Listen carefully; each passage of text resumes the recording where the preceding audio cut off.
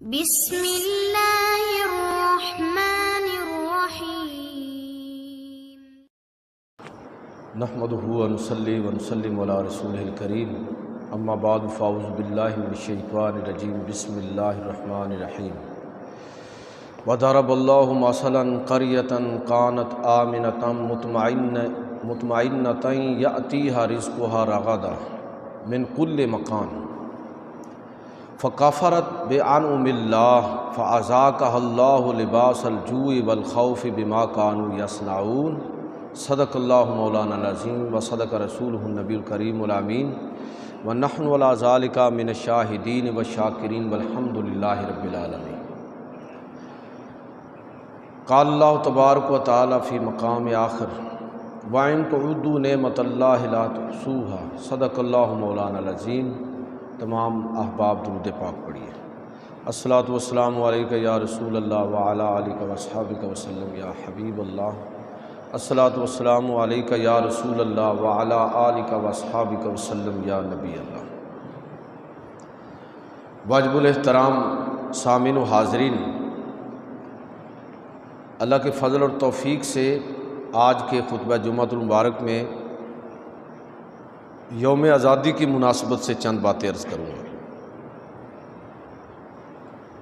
اگست کا مہینہ 14 تاریخ وہ تاریخی دن ہے جب اللہ تعالیٰ نے پاکستان کی صورت میں ہمیں ایک عظیم نعمت عطا فرمائی، ایک الگ اور آزاد ملک اللہ رب العزت نے ہم کو عطا فرمایا۔ رب کریم کی نعمتیں بے حد و بے حساب ہیں، اور اس کا اعلان ہے کہ وَإِن تُعُدُّوا نِعْمَةَ اللَّهِ لَا تُحْصُوهَا، کہ اگر تم اس کی نعمتوں کو گننا چاہو تو نہیں گن سکتے۔ انہی ان گنت نعمتوں میں سے ایک نعمت آزادی کی بھی ہے، اور صحیح بات یہ ہے کہ اس نعمت کی قدر شاید ان لوگوں کو زیادہ ہوگی اور ان قوموں کو اس کا احساس زیادہ ہوتا ہوگا جو آزادی جیسی نعمت سے محروم ہے۔ غزہ کے لوگوں کے ساتھ جو ظلم و ستم ہو رہا ہے اس وقت، اس کو ذرا ذہن میں لائیے، اور پھر کشمیر کے مسلمانوں کے ساتھ جو زیادتی اور ظلم ہو رہا ہے، ان سے پوچھئے کہ آزادی کتنی بڑی نعمت ہے۔ تو آج ہم بھی پورے ملک کے اندر اس وقت جو آزادی کی تقریبات کے عنوان کے ساتھ مختلف پروگرام جاری ہیں،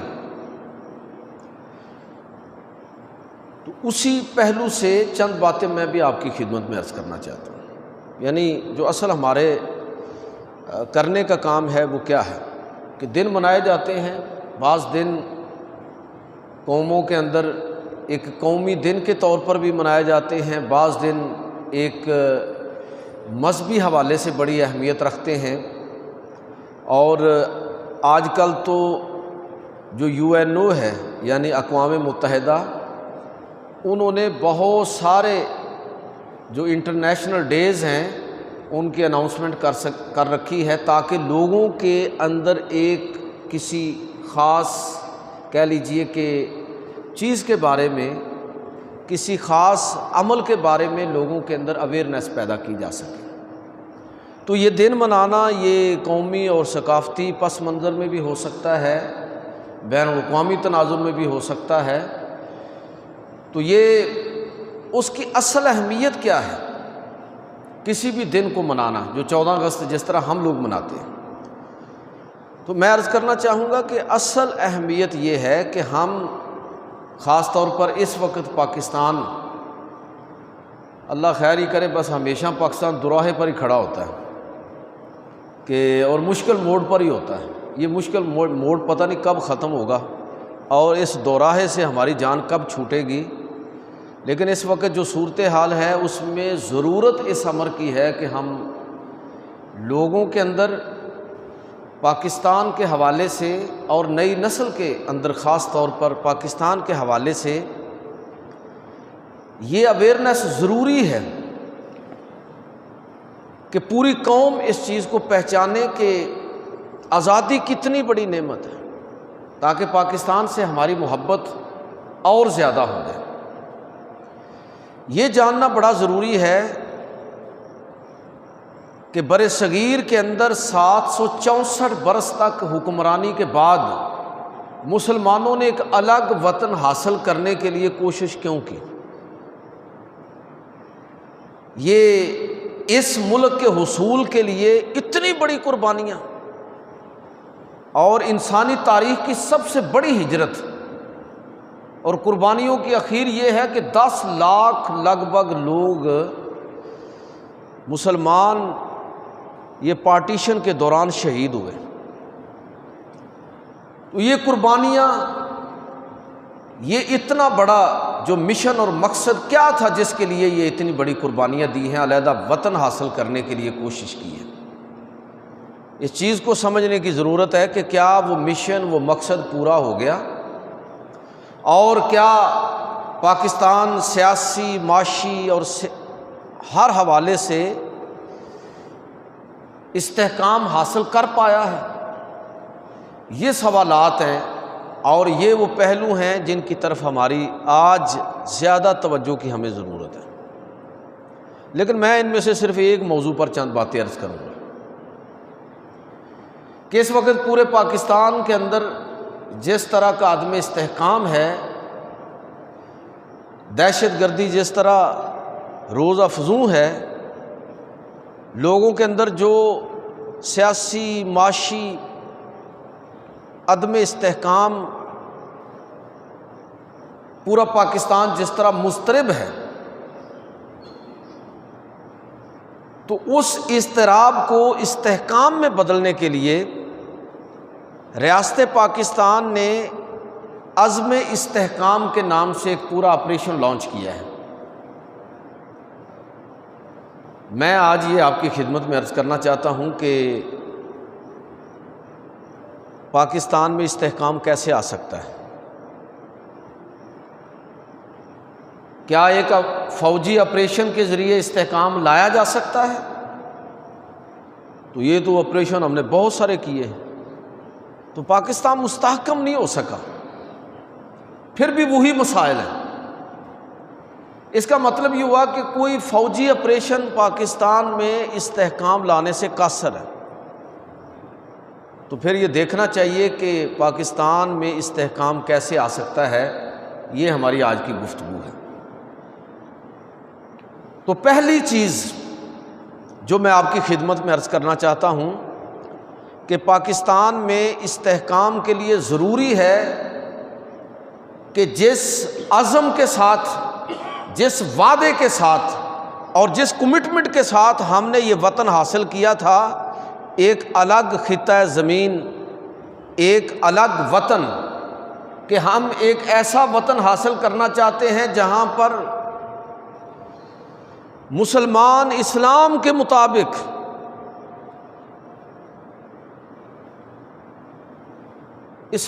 مطابق اپنی زندگی بسر کر سکیں،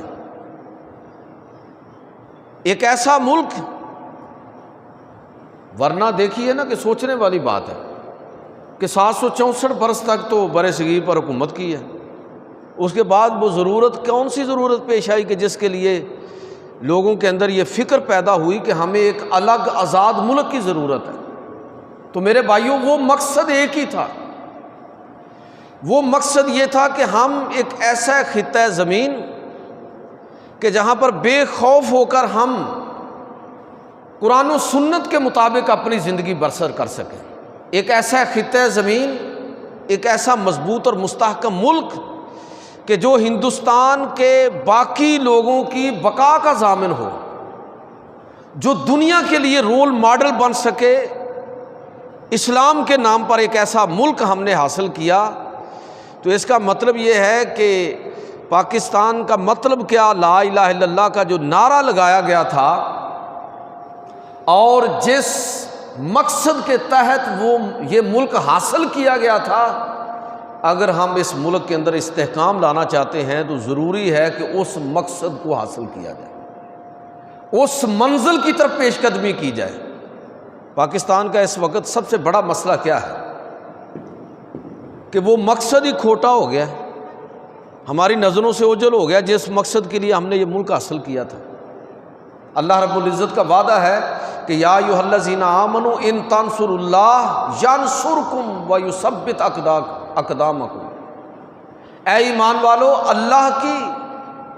مدد کرو، اللہ کے دین کی مدد کرو، نہ اللہ نہ اس کا دین ہماری مدد کا محتاج ہے۔ یہ مدد اصل میں ہم خود اپنی کریں گے۔ تو اے ایمان والو، اگر تم اللہ کی اور اللہ کے دین کی مدد اور نصرت کرو گے تو اللہ تمہاری مدد اور نصرت فرمائے گا اور تمہارے قدم جما دے گا۔ آج اس مقصد کے لیے ہماری پیش قدمی کس درجے ہے، کس مقام پر ہے، کس مرحلے پر ہے، یہ دیکھنے کی ضرورت ہے۔ بانیان پاکستان حضرت قائد اعظم حضرت علامہ اقبال اور دیگر جتنے ہمارے مشاہیر ہیں، ان کی تقریروں کو پڑھیں، ان کے کلام کو پڑھیں، جو انہوں نے گفتگو کی وہ ساری کے سارے اپنے سامنے رکھیں۔ پاکستان کے حصول کا مقصد ہمیں سمجھ آ جائے گا کہ علماء اور مشائخ اس تحریک میں شامل ہوئے اور عام مزدور سے لے کر ہر طبقہ فکر پاکستان بنانے کی تحریک میں شامل ہوا، اور مقصد صرف ایک تھا کہ ایسا خطہ زمین کہ جس میں اسلام اور اسلامی نظام آئے گا، قرآن و سنت کا نظام آئے گا۔ تو میں پہلی بات جو آپ کی خدمت میں عرض کرنا چاہتا ہوں وہ یہی ہے کہ پاکستان جس مقصد کے لیے حاصل کیا گیا تھا اس مقصد کی طرف پیش قدمی کرنا ضروری ہے۔ پاکستان مستحکم اس وقت ہوگا جب یہاں پر قرآن و سنت کا نظام آئے گا۔ پاکستان ایک قومی ریاست ہے، لیکن یہ قومی ریاست کا وہ تصور نہیں ہے کہ جو یورپ اور مغرب میں نیشن سٹیٹ کا تصور ہے۔ علامہ اقبال رحمۃ اللہ تعالی علیہ جنہوں نے پاکستان کا تصور پیش کیا تو ان کے ذہن میں پاکستان کا تصور کیا تھا؟ قومی ریاست کا جو انہوں نے تصور پیش کیا اس کے نمایاں خط و خال کیا تھے؟ اقبال کے خطبات پڑھیے اور اقبال کا کلام پڑھیے۔ یہ درست ہے کہ اقبال مغرب کا جو نیشن سٹیٹ کا تصور تھا اس سے ظاہر ہے اقبال پوری طرح واقف تھے۔ یہ جو مغرب میں نیشن سٹیٹ کا تصور ہے اور اقبال اور اسلام کا جو تصور ہے وہ الگ الگ ہے۔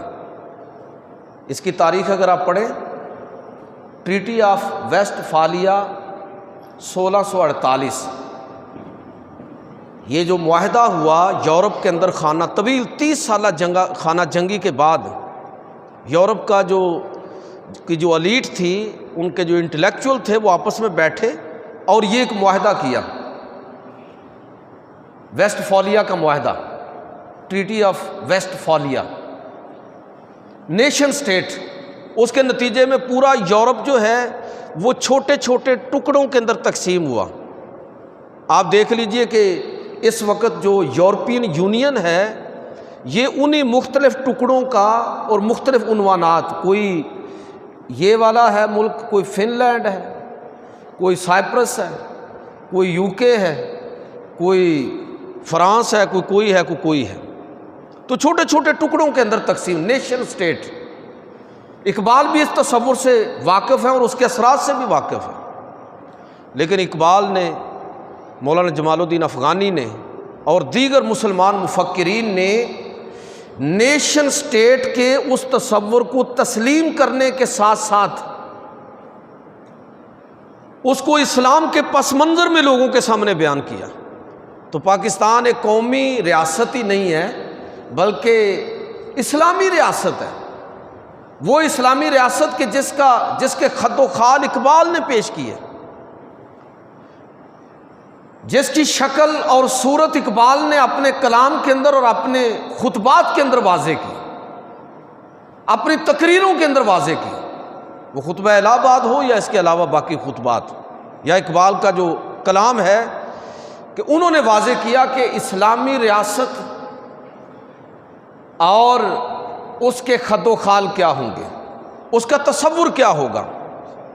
آپ دیکھیں کہ نیشن سٹیٹ کا مغرب کے اندر جو تصور آیا، تو اب یہ یورپین یونین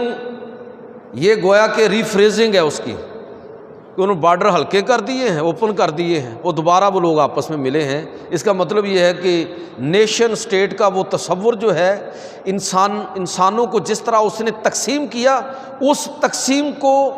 ڈھیلا کرنے کی اور ختم کرنے کی ضرورت خود مغرب کے اندر پیدا ہوئی۔ اس کے اثرات عالم اسلام پر بھی پڑے، اور جمال عبد الناصر جیسے آدمی نے، مصر کا جو صدر تھا، اس نے یہ بات کہی کہ نحن ابناء فرعون، ہم فرعون کی اولاد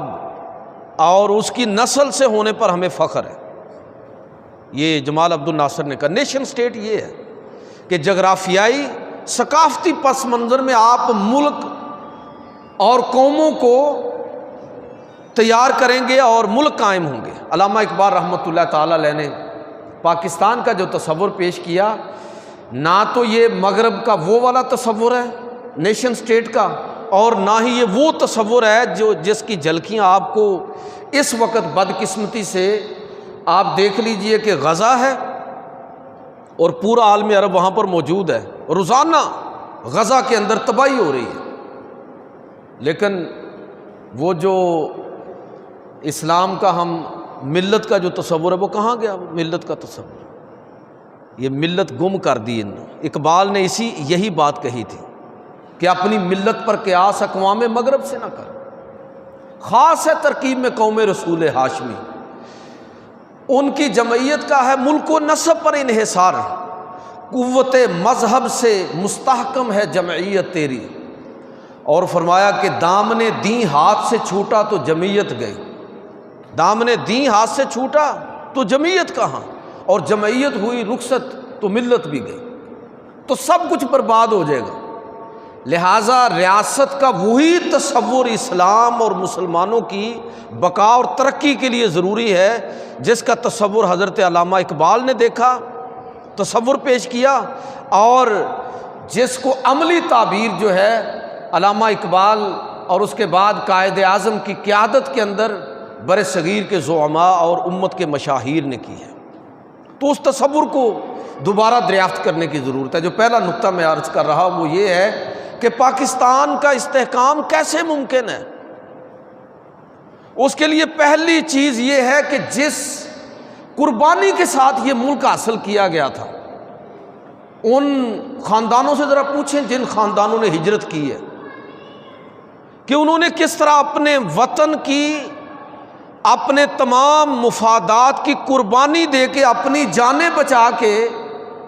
پاکستان کی طرف ہجرت کی، ایک مقصد کے لیے کہ ایسا وطن کہ جہاں پر ہم اسلام کے مطابق آزادانہ طور پر زندگی بسر کر سکیں۔ تو لہٰذا پہلی چیز کہ اگر پاکستان کا استحکام ہمیں عزیز ہے تو لازم ہے کہ ہم اس ملک کے اندر قرآن و سنت کے نظام کو نافذ کریں، اس کے بغیر پاکستان میں استحکام نہیں آ سکتا۔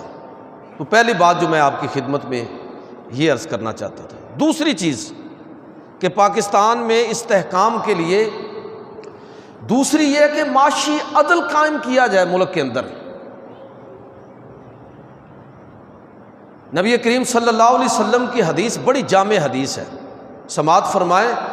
نبی کریم صلی اللہ علیہ وسلم نے ارشاد فرمایا کہ من اقتصد اغناہ اللہ، جس نے میانہ روی اختیار کی، اللہ تعالیٰ یہ فرد کے لیے بھی ہے اور قوم کے لیے بھی، جس نے بھی میانہ روی اختیار کی اللہ رب العزت اس کو دوسروں سے مستغنی کر دے گا، اس کی محتاجی ختم کر دے گا۔ ومن بذر افقر اللہ، اور جس نے شاہ خرچیوں سے کام لیا، فضول خرچی کی، اللہ رب العزت اس کو تنگ دستی کے اندر مبتلا کر دے گا، اس قوم کو بھی اور اس فرد کو بھی۔ اب آپ دیکھ لیجئے کہ پاکستان کے اندر میں معاشی مساوات کی بات نہیں کر رہا کہ سوشلزم کے نظریے کے مطابق سب کو ایک جیسا کر دیا جائے، نہیں، یہ نہیں، میں معاشی عدل کی بات کر رہا ہوں۔ وہ معاشی عدل کے جس کا تصور مدینہ کی ریاست کے اندر پیش کیا گیا ایسا معاشی عدل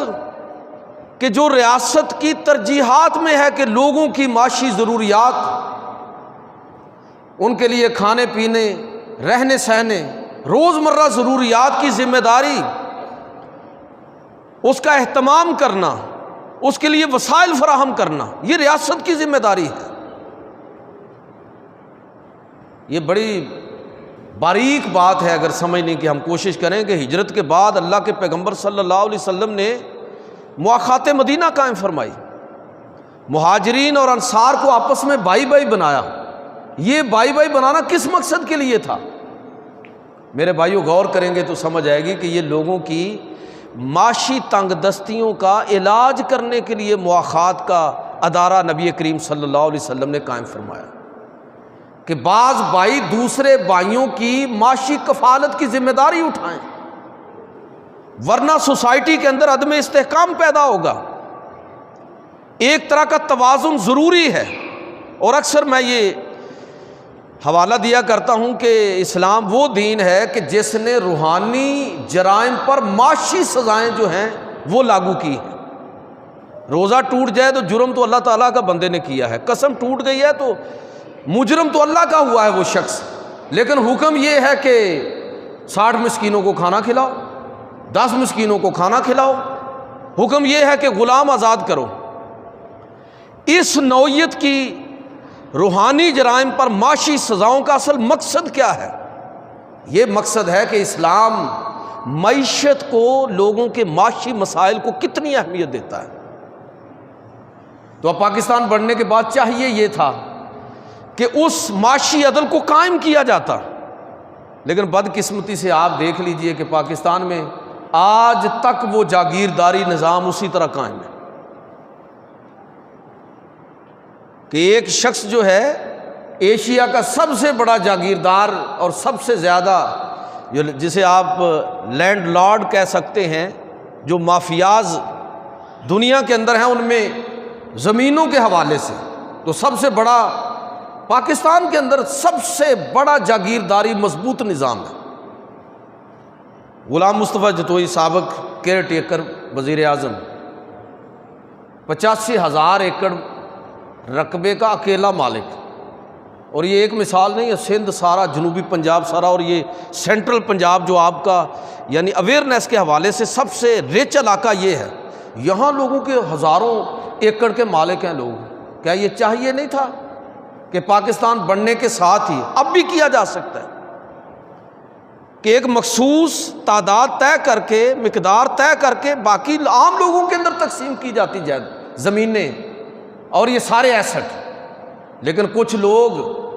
اس طرح مالک بنے ہیں کہ ابھی تک آپ حیران ہوں گے کہ وہ ساری چیزیں اب تو لوگوں کے سامنے آ رہی ہیں۔ ابھی آج کی خبر آپ نے اخبار میں پڑھی ہوگی کہ کتنے ہزار نے کتنے لاکھ ایکڑ رقبہ سندھ کے اندر گورنمنٹ آف سندھ نے واگزار کروایا ہے، اور یہ بھی آپ ذرا ریکارڈ نکالیں، یہ مافیاز جتنے بھی آپس میں لڑیں گے کچھ چیزوں میں ہمیشہ متفق رہیں گے کہ عام لوگوں کو ان چیزوں کی خبر نہ ہونے پائے۔ آپ ذرا سارا ریکارڈ دریافت کرنے کی کوشش کریں تو آپ کو پتہ چلے گا کہ تاحال بھی ہزاروں ایکڑ رقبہ مختلف جرنیلوں، مختلف سیاستدانوں اور مختلف مافیاز کے اندر تقسیم کیا جا رہا ہے، عام آدمی کو کوئی پوچھنے والا نہیں۔ تو قرآن و سنت کا نظام ہوگا، اللہ کے پیغمبر صلی اللہ علیہ وسلم کی حدیث کہ جو آدمی جتنی زمین کاشت کر سکتا ہے، مفہوم اس کا یہ ہے اتنے کا مالک ہو سکتا ہے۔ چلو آپ تھوڑا بڑھا لو کہ میکسیمم کر لو کہ آج ذرائع وسائل ایسے ہیں کہ 100 ایکڑ 200 ایکڑ جتنا بھی آپ مناسب سمجھیں، باقی زمینیں لیجیے اور ہاریوں کے اندر تقسیم کیجیے۔ دیکھتے ہیں کہ پاکستان میں سماجی سطح پر معاشی عدل جب قائم ہوگا تو آپ دیکھیں گے کہ پاکستان مستحکم ہوگا۔ کاش کوئی ایسا حکمران آئے کہ جو لوگوں کے لیے کوئی، پاکستان کے اندر کوئی ایسی اشرافیہ نہیں ہے کہ جو لوگوں کے لیے خدا اور خدا کی نیابت کا درجہ رکھتی ہو۔ یہ ساری جتنی جس کو آپ سول بیوروکریسی، ملٹری اسٹیبلشمنٹ، یہ لوگوں کی خادم ہے، کوئی ایسا حکمران آئے جو حضرت عمر کی طرح لوگوں کے لیے، ان لوگوں کے لیے جتنے سرکاری عہدیدار ہیں ان کے لیے پروٹوکول طے کر دے، جس طرح حضرت عمر نے طے کیا تھا کہ کوئی گورنر وہ ترکی گھوڑے پر سواری نہیں کر سکتا، باریک کپڑا نہیں پہن سکتا، چھنے ہوئے آٹے کی روٹی نہیں کھا سکتا، ڈبل منزل گھر نہیں بنا سکتا، عام لوگ بناتے ہیں تو بناتے رہیں، ڈیوٹی نہیں رکھ سکتا، گارڈ کھڑا نہیں کر سکتا، جتنے اس کے ایسٹ ہیں ان کا ریکارڈ جب وہ عہدہ سنبھالے گا وہ نوٹ کیا جائے گا، اور جب وہ عہدہ چھوڑے گا اگر مال اس سے بڑھ گیا ہے تو بیت المال کے اندر جمع ہوگا۔ آپ بھی طے کر لیں کوئی پروٹوکول۔ یہ مافیاز کس طرح ملک کو لوٹ رہے ہیں آپ اندازہ کریں، 17.5 ارب ڈالر، یہ IMF کی رپورٹ ہے، 17.5 ارب ڈالر سالانہ پاکستان کی اشرافیہ تعیشات پر خرچ کر رہی ہے، اور ہم رو رہے ہیں کہ IMF سے 3، 7، 8 ارب ڈالر اگلے 3 سال میں ہمیں مل جائے گا۔ 17.5 ارب ڈالر سالانہ یہ اپنے تعیشات پر خرچ کرتے ہیں، جس کا عام لوگوں کو تصور بھی نہیں ہے، اور ایک ایک جج ہمیں 50 لاکھ روپے ہمیں پڑتا ہے، ایک ایک جرنیل۔ یہ کیوں نہیں پابندی لگائی جاتی کہ پاکستان کے جتنے بھی فلاں رینک سے اوپر کے افسر ہیں وہ ملک سے باہر نہیں جا سکتے، دوسرے ملک میں رہائش نہیں اختیار کر سکتے؟ کیوں نہیں یہ قانون بنایا جاتا؟ اس لیے کہ یہ سارے مافیاز آپس میں ملے ہوئے ہیں۔ پاکستان کے اندر استحکام کیسے آئے گا جب ساری لوٹ مار یہ لوگ کر رہے ہیں؟ آپ دیکھیے کہ یہاں کا جو مقامی ہمارا صنعت کار ہے، بزنس مین ہے، جو اس بیچارے کی تباہی مچی ہوئی ہے کہ سارے ٹیکس یہ دے گا جو ملک کے اندر کاروبار کرے گا، اور یہ اشرافیہ لوٹ مار کر کے اپنے تعیشات پر خرچ کریں گے اور باقی ساری رقم اور سب کچھ باہر لے جائیں گے۔ تو پاکستان کے اندر یہ کاش کوئی ایسا حکمران آئے کہ جو یہ چیزیں طے کر دے۔ میں تو اکثر کہتا ہوں کہ اگر صرف اتنا طے کر دینا کہ تمام سرکاری افسران سرکاری ہاسپٹل سے ہی علاج کروانے کے پابند ہوں گے، تمام اشرافیہ کی اولادیں اور ان کے بچے سرکاری اسکولوں، کالجوں اور یونیورسٹیوں میں پڑھنے کے پابند ہوں گے، تو یقین کریں کہ یہ سارے ہاسپٹل ٹھیک ہو جائیں، سارے اسکول، کالج اور یونیورسٹیاں ٹھیک ہو جائیں۔ دنیا کے اندر یہی ہے، لیکن ہمارے ملک کے اندر اللہ تعالی ہمیں معاف فرمائے کہ قوم کے اندر وہ اویئرنیس آنے کا جو سلسلہ ہے اس کو روکنے کی کوشش کی جاتی ہے۔ میں اکثر یہ بات عرض کرتا ہوں کہ یہ جمعے کا جو خطبہ ہے نا، یہ خالصتاً سیاسی خطبہ ہوتا ہے۔ جو مسائل ہیں، جو دین کے دیگر امور کو سیکھنا ہے، وہ ہم دروس میں دیگر مجالس کے اندر کریں گے۔ جمعے کا خطبہ اس لیے ہوتا ہے کہ تاکہ لوگوں کے عمومی مسائل ان کو پبلکلی لوگوں کے سامنے بڑے مجمع کے اندر بیان کیا جائے، لوگوں کے اندر اویئرنیس پیدا ہو۔ اسی کا نتیجہ ہے کہ جمعے کا خطبہ اور ایک خاتون کھڑی ہو جاتی ہے کہ آپ ہمارا حق میں کیسے کم کر سکتے ہیں؟ حضرت عمر سے پوچھا گیا، عام شخص کھڑا ہو جاتا ہے کہ بیت المال میں ہمارا اور آپ کا حق تو برابر تھا، آپ کی قمیض کیسے بن گئی ایک چادر سے، جبکہ وہ اتنی بڑی نہیں تھی کہ جس سے آپ کی قمیض بن جائے۔ عام پبلک کے اندر جب اپنے حقوق کا یہ شعور ہوگا، اور وہ شعور ان کو دیا جائے گا مسجد کے ممبر سے، وہ شعور ان کو دیا جائے گا یونیورسٹی سے، کالج سے، اسکول سے دیا جائے گا، تو پھر آپ دیکھیے کہ لوگوں کی سوچ تبدیل ہوگی تو ساری چیزیں تبدیل ہو جائیں گی۔ لیکن ہمارا حال کیا ہے کہ ہمارے یہ جتنے فورمز ہیں وہ کن مقاصد کے لیے استعمال ہو رہے ہیں؟ اللہ تعالی ہمیں معاف فرمائے۔ یہ کسی فرد یا جماعت کی پروموشن کی کبھی میں نے بات نہیں کی، لیکن اگر کوئی حکومت، کوئی فرد یا کوئی شخص منفرد کام کرے تو اس کو اپریشیٹ کرنا چاہیے۔ یہ معمولی بات نہیں ہے کہ یہ جو پچھلے دور حکومت میں عمران خان کے دور حکومت میں بڑا انقلابی قدم اٹھایا گیا، جو نیشنل کریکولم بنا ہے، single national curriculum, SNC، single national curriculum, یہ عام لوگوں کو شاید اس کا صحیح ادراک نہ ہو کہ سارے قوم کے سارے بچے ایک ہی نصاب پڑھیں گے۔ کوئی ایکسٹرا پڑھنا چاہتا ہے تو بے شک پڑھتا رہے، لیکن ایک متعین نصاب سارے پڑھیں گے، اور پاکستان میں تو نصاب ہی ایک نہیں ہے۔ یہ کمپٹیشن کے ایگزام ہوں گے تو اس میں بچے کیسے برابر پرفارم کیسے کریں گے؟ عام لوگوں کو شاید اس کا شعور بھی نہیں ہے۔ بھئی آپ کا بچہ اس بچے کا مقابلہ کیسے کر سکتا ہے کہ جو ملک کے اعلیٰ ترین ادارے اور الگ نصاب کا تربیت یافتہ ہے، Beaconhouse, Aitchison college, F C college جیسے اداروں سے پڑھنے والا بچہ، وہ بالکل الگ، اور جس نے عالمی سطح پر بڑے اداروں سے تعلیم حاصل کی ہے، اور ایک عام سکول کا پڑھا ہوا بچہ کیسے برابر ہو سکتے ہیں؟ یہ معمولی بات نہیں ہے کہ یہ طے کر دیا گیا S N C single national curriculum کے ساری قوم کے بچے ایک ہی نصاب پڑھیں گے۔ آپ لوگوں کی توجہ ہے صحت کارڈ کی طرف، فلاں کارڈ کی طرف، اس سے بڑا کام یہ ہے۔ اور اگر کوئی بھی حکومت ایسا کام کرے گی، چاہے وہ پی ٹی آئی کی ہو، نون لیگ کی ہو، پیپلز پارٹی کی ہو، جس میں لوگوں کے مجموعی حقوق کا تحفظ ہو، تو پوری قوم کو ان کے ساتھ کھڑا ہونا چاہیے، ان کو اپریشیٹ کرنا چاہیے۔ میں بات یہ کر رہا ہوں کہ پاکستان کا استحکام کیسے ممکن ہے؟ اس وقت ممکن ہے کہ جب یہاں پر یہ سوچ، جس کو میں کہہ رہا ہوں کہ معاشی عدل، لوگوں کی سوچ اور اپروچ، اس پر پابندیاں اور پیرے ختم ہوں، جب ریاست اس بات کو تسلیم کرے کہ عام لوگوں کے لیے اس کا رول ماں جیسا ہے، ریاست ماں کا کردار ادا کرے۔ آپ دیکھیے کہ ماں کا کردار کیا ہوتا ہے، کہ کس طرح ماں اپنے بچوں کا تحفظ کرتی ہے، ان کی ضروریات اور ان کے مسائل کو جانتی ہے۔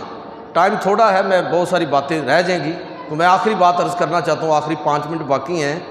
کہ بھائی اس میں ایک بڑی اہم چیز اور بڑی ضروری چیز یہ ہے کہ اگر ہم ریاست پاکستان کو مستحکم کرنا چاہتے ہیں، تو اس کے لیے ضروری ہے کہ پاکستان کے اندر ظلم کا نظام ختم کیا جائے اور عدل کا نظام نافذ کیا جائے۔ لوگوں کو تسلی ہو کہ ہمیں انصاف خریدنا نہیں پڑے گا، بلکہ ہمیں گھر کی دہلیز پر انصاف مل جائے گا، تو پھر ایسی ریاست سے لوگ خود ہی محبت کریں گے۔ اللہ تعالیٰ قرآن مجید کے اندر ارشاد فرماتا ہے کہ لا یجرمنکم شنآن قوم علی الا تعدلوا اعدلوا هو اقرب للتقوی، تمہیں کسی قوم کی دشمنی اس بات پر آمادہ نہ کرے کہ تم انصاف سے دور ہو جاؤ، عدل کرو، یہی تقوی کے زیادہ قریب ہے۔ اگر لوگوں کو یہ تسلی ہو کہ ان کو انصاف ملے گا، ان کے حقوق کا تحفظ ہوگا، ان کی ضروریات اور ان کی کفالت ریاست کرے گی، تو یقین جانیے کہ ایسی ریاست کی پشت پر لوگ کھڑے ہو جاتے ہیں۔ اور اگر ریاست اپنی ذمہ داریوں کو پورا نہیں کرے گی تو پھر یہ بات ذہن میں رکھنی چاہیے، یہ جو مافیاز اوپر بیٹھے ہوئے ہیں نا،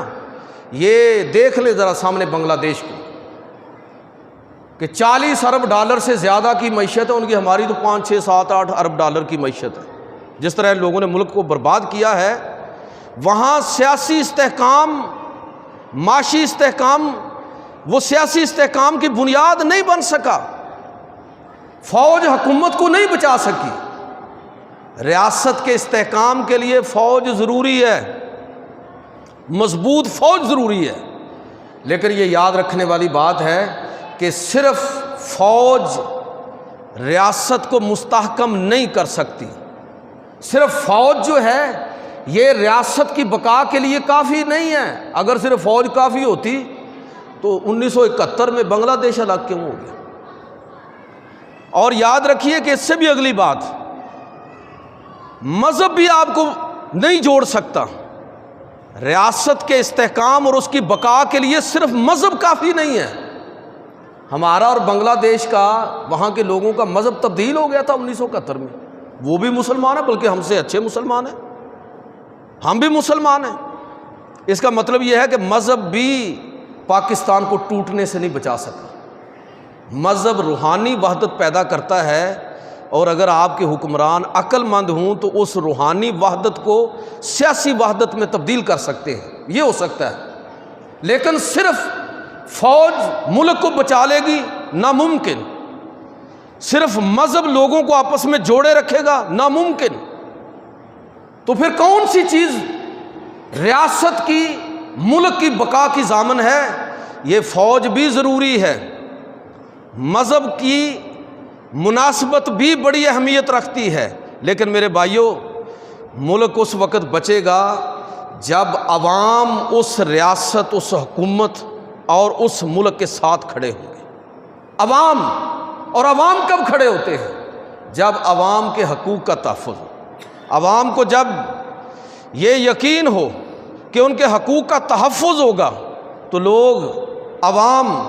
فوج کے ساتھ کھڑے ہوں گے۔ یہ ہوگا کہ لوگ مذہب کی نسبت کو ملحوظ رکھیں گے۔ لیکن اگر صورتحال یہ ہو کہ لوگ، ریاست لوگوں کو انصاف مہیا کرنے میں ناکام ہو جائے، آزادی اظہار رائے کا حق دینے سے ریاست انکار کر دے، لوگوں کو غائب کر دیا جائے، ویگو ڈالے باہر کھڑے ہوں کہ اس نے اگر بات یہ کی تو اٹھا لو اس کو،